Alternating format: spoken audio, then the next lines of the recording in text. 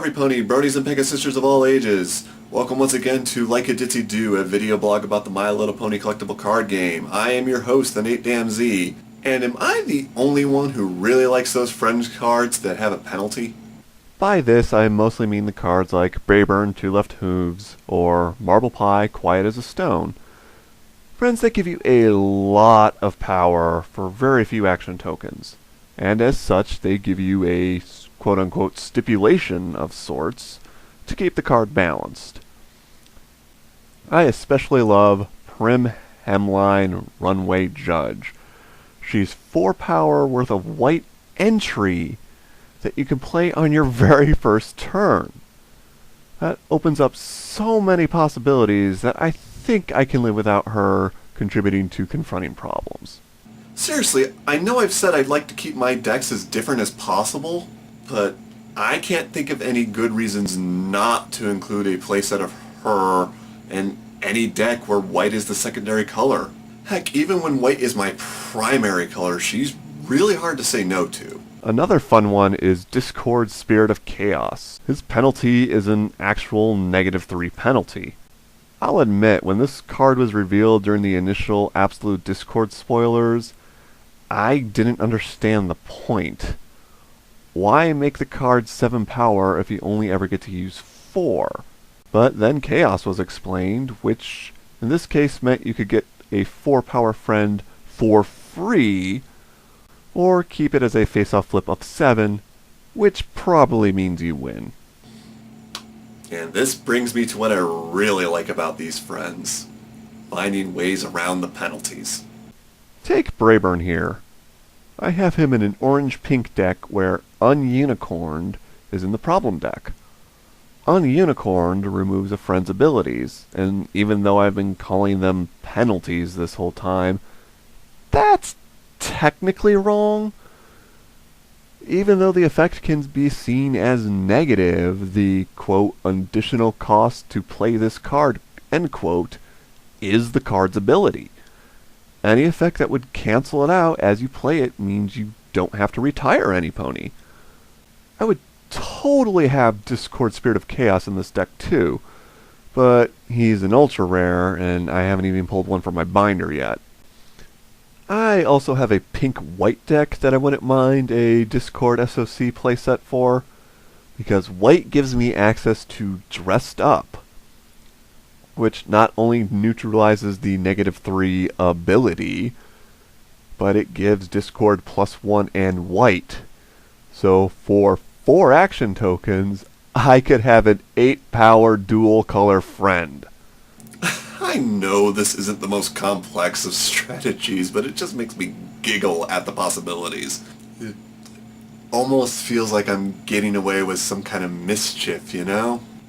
Of course, you need to be really good at mischief if you want to avoid invoking the terror that is the card with no name. Yeah, that's not a joke. This card literally has no name. And at 3 power for 1 measly action token, it probably seems too good to be true.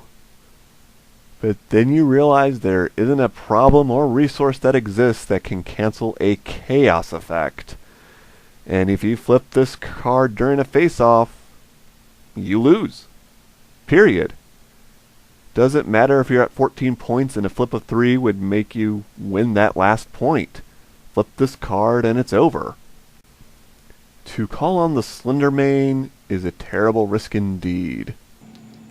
I realize that this is a different kind of penalty than I've been talking about here, and in other videos I've mentioned that I'm not the biggest risk taker, but that said, I still really like this card.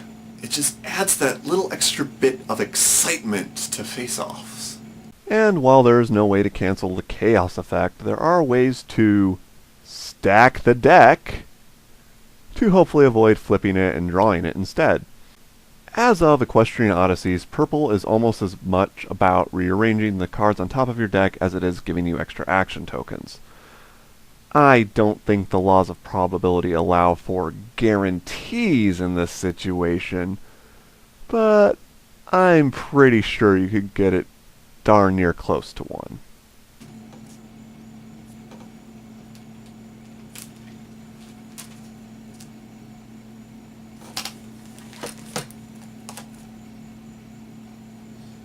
Oh, were you expecting something creepy to happen?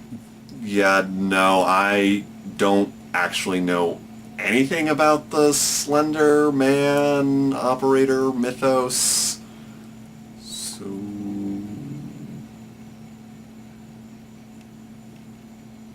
Speaking of purple and penalty cards, can some pony please explain to me the point of Mr. Waddle Frequent Napper? All the other cards I've talked about, I get why they do what they do. They offer a lot of power for not that many action tokens. But this one is straight 3 for 3 with color requirement. There's no reason he should suddenly become powerless during your opponent's score phase. The only reasoning I can think of that makes any type of sense is that this is a card that's supposed to help stall face-offs from happening. That is one of Purple's minor gimmicks, after all. But even if that's the case... No, just... No! Though I am glad I came across this card in my research. Note that Mr. Waddle is from Absolute Discord, the very end of the very first block, while all the similar cards I've been talking about came out in the second block. I bet that Mr. Waddle is the inspiration for how these cards came to be. Generic fixed set doesn't count. But yeah, when all is said and done, I love these particular cards because they're exactly what they say they are on the proverbial tin. Whenever I'm working on a new deck, I always try to be very aware of my action token economy. To the point, purple is almost always my first choice for my secondary color. High power for cheap? Heck yeah, I want those in my deck. So what about you folks? Do you think these cards are stupid, or are they your favorite cards ever? Are you mad that I didn't talk about Snips and Snails joined at the horn? As always, please continue the discussion in the comments below. Until next time, I am the Nate Damn Z, and...